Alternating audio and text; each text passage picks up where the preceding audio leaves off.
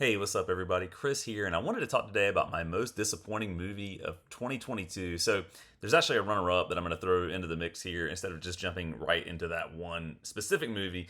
But what I'll say is the same thing I said when I curated my list of my favorite films of the year, my 5 favorite films of 2022.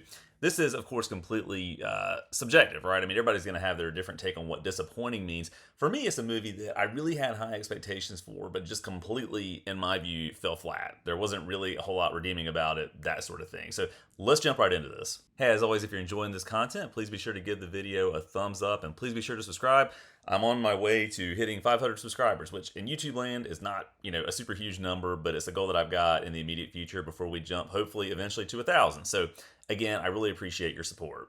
All right, so I'm going to start with my runner-up film here. And actually, I did a review on this movie not super long ago in October, which means you can probably guess what this is. And of course, it's Halloween Ends. So as a standalone movie, I don't necessarily think this is a terrible offering. And I said this in my review, it's kind of an interesting movie, right? They were trying to do something different with this. And I think if it were a one-off Halloween movie, it would have accomplished that goal more successfully, I think, in the eyes of audiences and moviegoers. But the issue here is that it's meant to be the capper of a trilogy. And so you've got Halloween 2018, Halloween Kills, and then Halloween Ends. Halloween 2018 and Halloween Kills had a very specific tone that they were able to maintain. Now, granted, Halloween Kills was much more kind of off the rails and much more zany and over the top than what you got with 2018. 2018 was the more kind of play it safe film to get us back into the Halloween universe and to reestablish the tone that the original movie had.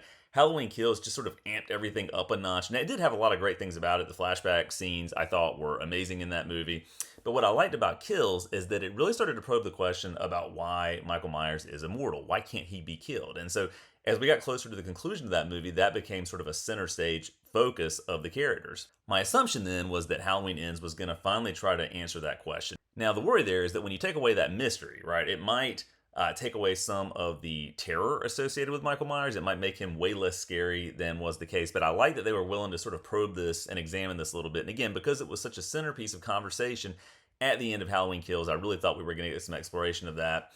We get a little bit of that in Halloween Ends, but what we got instead was something completely different than the first two movies. It was a departure from the tone. It was a departure in a lot of ways from the style of the first two movies. A lot of people defend Halloween Ends and really like it a lot.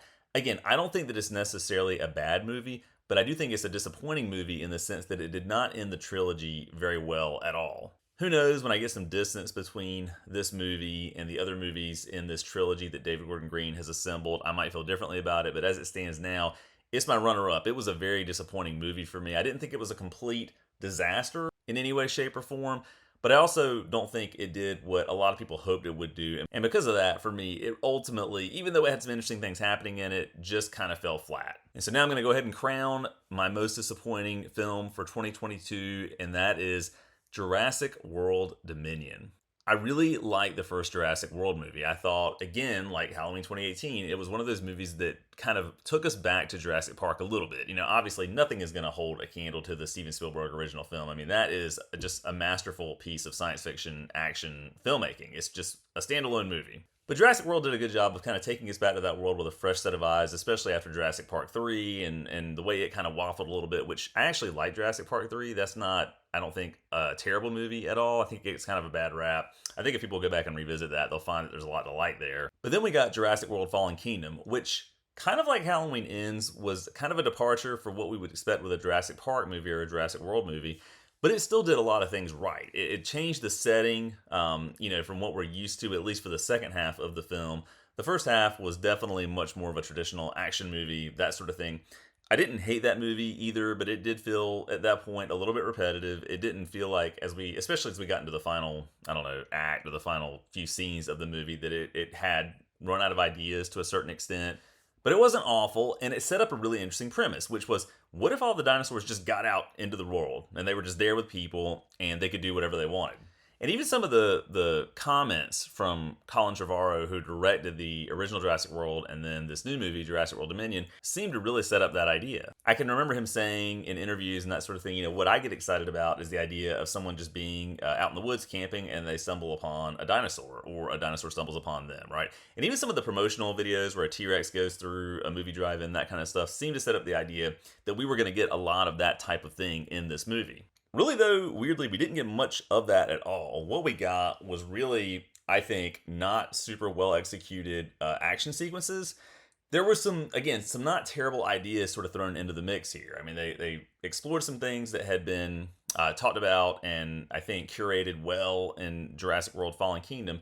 But ultimately, it just felt kind of rote. It felt kind of repetitive. And I think the biggest disappointment of all of this was that you had the big three back, right? You had Jeff Goldblum, Laura Dern, and Sam Neill. You had all these actors back to reprise their roles. And nothing felt interesting or original about what they were doing here. It just felt like they were kind of dropped into this movie. They had a significant role in it, certainly. I mean, they were a big part of the plot, but it just felt not memorable. I mean, I think back to seeing this in theaters, walking out and just thinking, this is not great. I mean, this is what they came up with. They had this opportunity to really create some original sequences to make it a scary movie, to have these characters come back and interact with one another in memorable ways, but it just completely did not work for me at all. I did not enjoy much of anything at all about it. And I think the biggest sign is that I just don't remember much about it, right? Nothing in that movie stands out to me as being especially memorable, and that really sucks. So anyway, for me, Jurassic World Dominion is my most disappointing movie of 2022. So again, I'm not saying that it's straight up an awful movie, but it was supremely disappointing in my view. If you've seen Jurassic World Dominion, I'd love to hear your thoughts about it. What were your takeaways there? Did you have a completely different, response to it than I did? Let me know in the comments down below, and we'll chat soon.